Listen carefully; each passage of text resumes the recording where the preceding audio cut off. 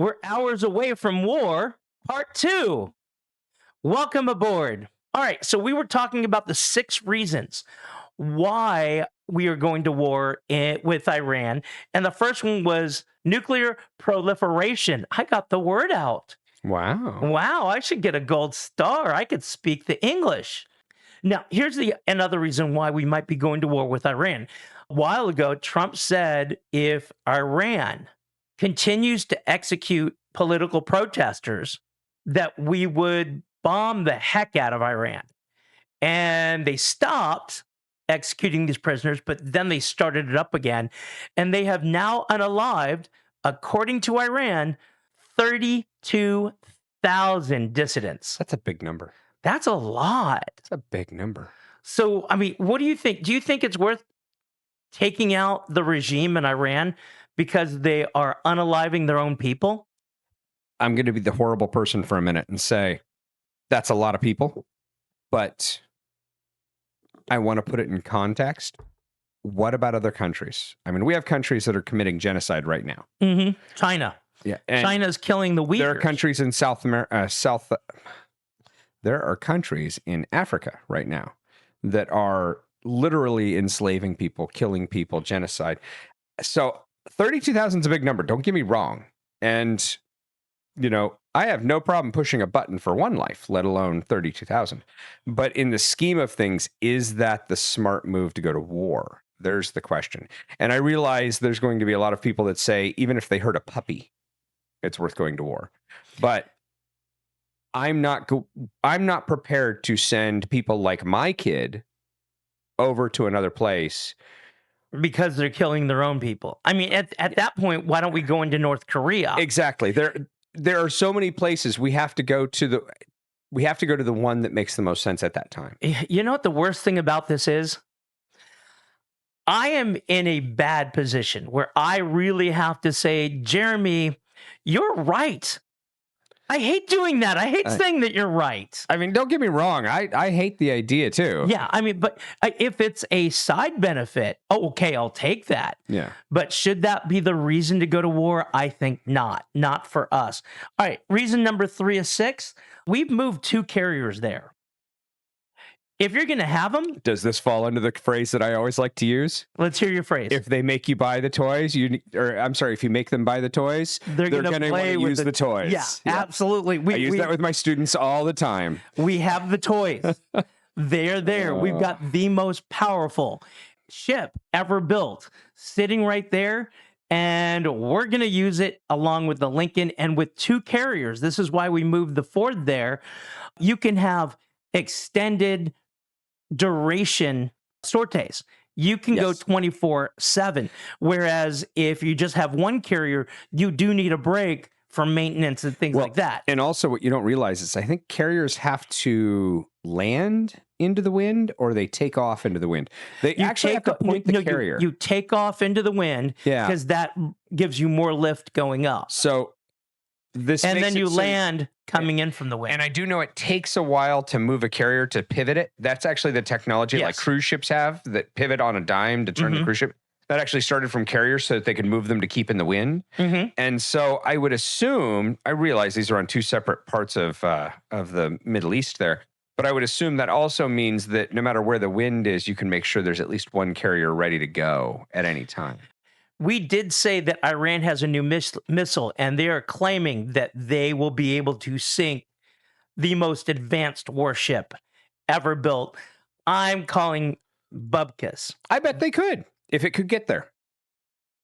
I don't know. No, these ships are designed to stay afloat even if they get hit. Oh, yeah. No, you would need multiple hits. You would need multiple hits. Somebody told me once that these big ships, not just carriers, but big ships, they learned their lesson from the Titanic. They're fully sealed. If they go out and explode, they have blast walls inside the ships and they are compartmentalized and everything. Oh, absolutely. That ship is not going down. Yeah. There is no way the Ford and the Lincoln are going down. The other thing is, let's say you have a sortie from the Ford. It goes all the way to Iran, but for some reason there's an emergency. It needs to land elsewhere where you have Kuwait and you also have another landing platform.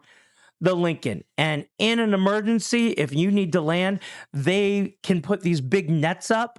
Even if the aircraft carrier is not facing the right way, you can land a plane on that aircraft carrier and it will catch the it nets in a catch net. it.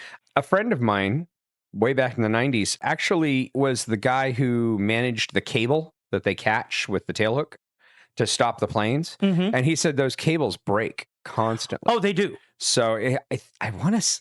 I think want to say it was some they have number like triple every redundancy, three. though. That's what I hear. You There's have 3 of them. Yeah, you have an early an early, a regular, and a late release cable or whatever. Yeah. And then you have the net if you have to. But from what I understand, I want to say he said like every third or fourth, they have to, the cable's like on a spool and they have to re-stretch it back because it takes so much abuse on like three or four landings. I don't think it could be 3 or 4.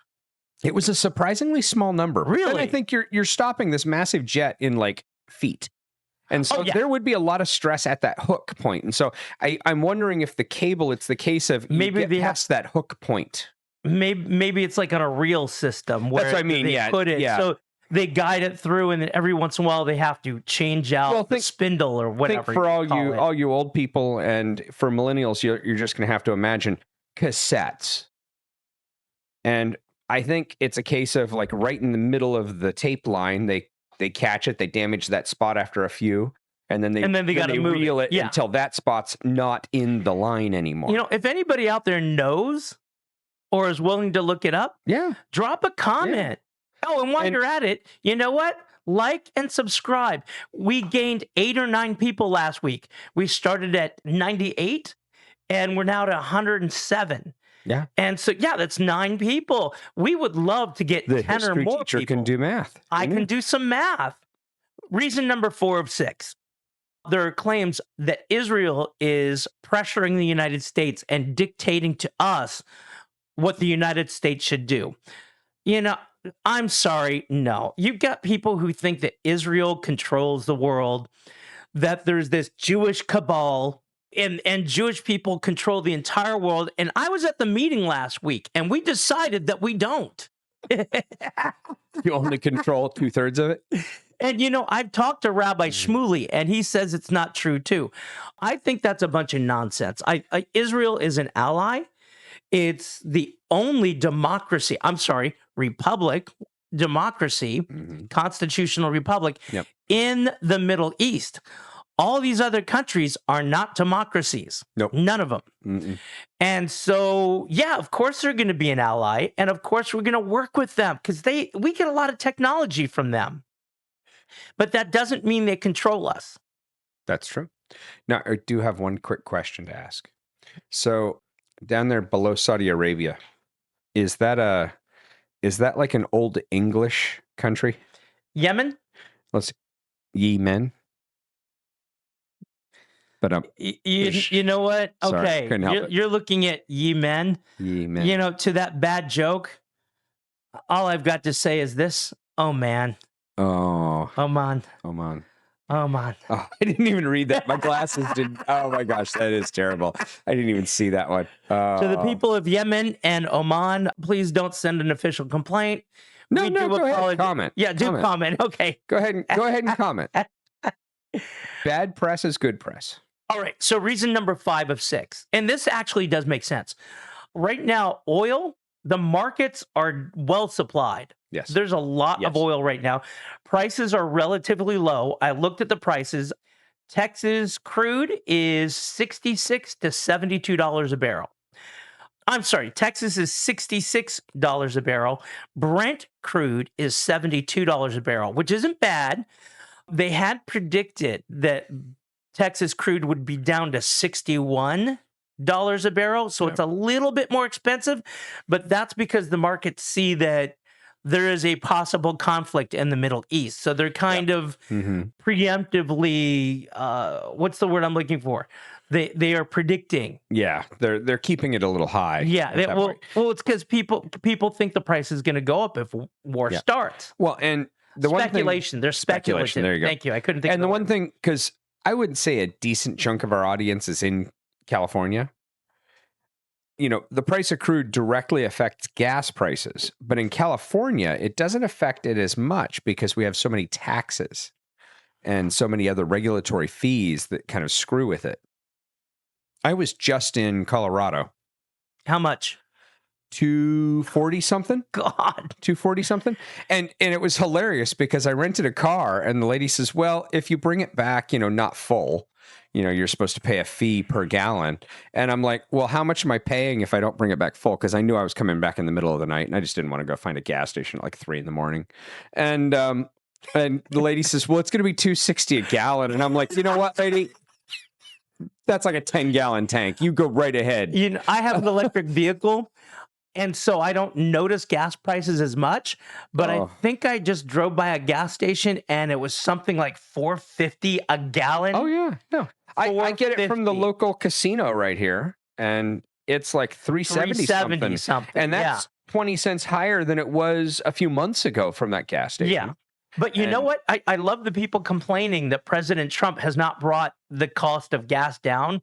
And I remember seeing gas $9 a gallon in LA. Oh yeah, in LA. Out here down the street, $7 a gallon, $7.50 a gallon is what I remember. I always hunt for the cheapest gas station if I can, and I think the most expensive I've paid in this region at the cheapest gas station was like $6-ish a gallon, which is huge for my 40-gallon tank on my truck. You driving your electric car, I offset that by the 40 gallons in my truck.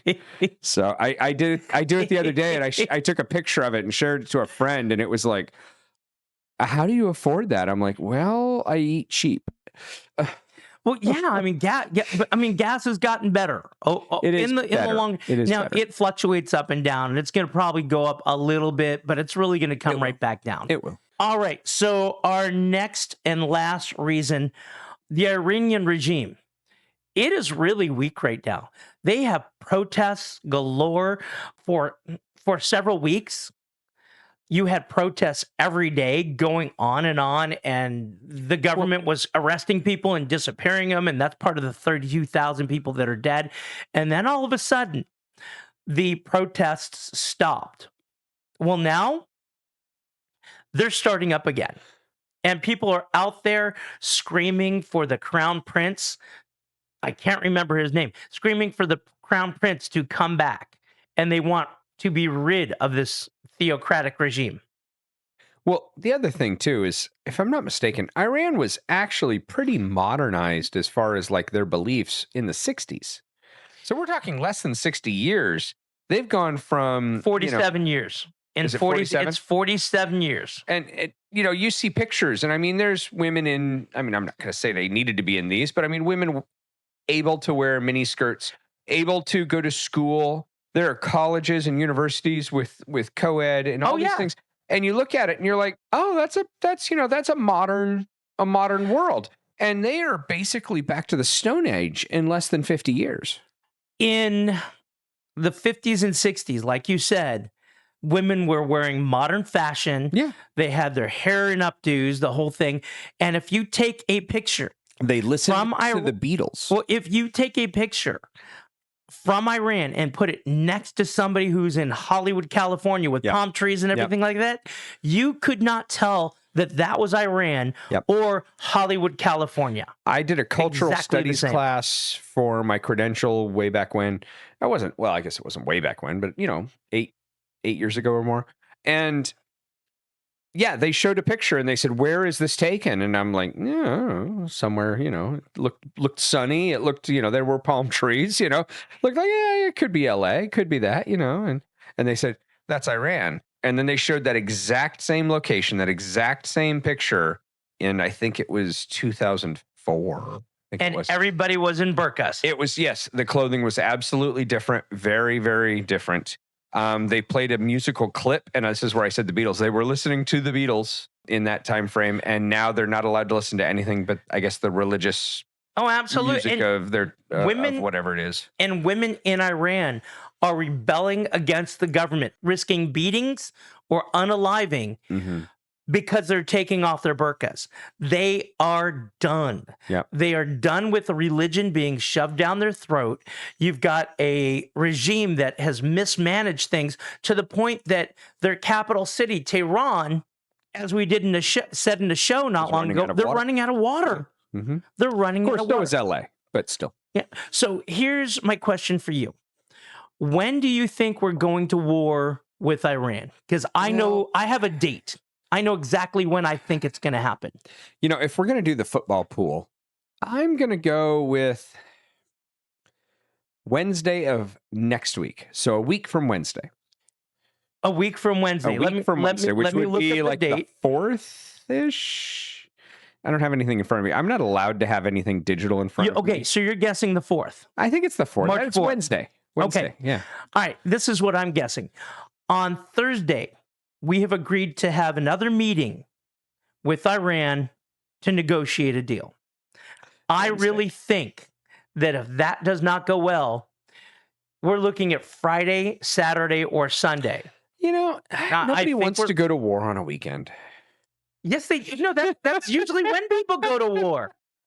Quite often that happens. So yeah, I'm guessing Friday, Saturday, Sunday, 5 days from now. Well, if you have a guess when we're going to go to war with Iran, or if we're not, put it below in the comments. Also, like and subscribe. It costs you nothing.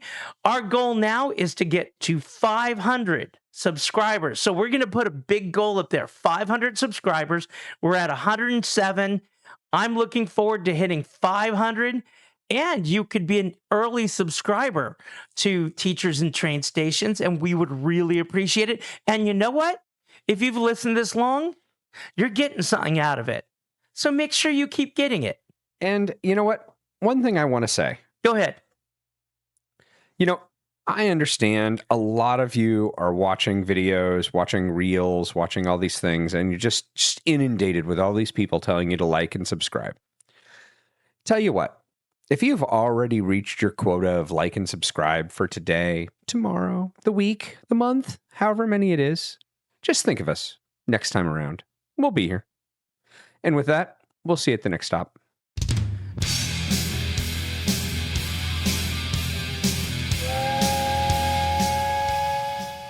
Nuclear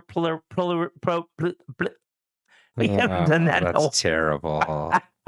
That's terrible.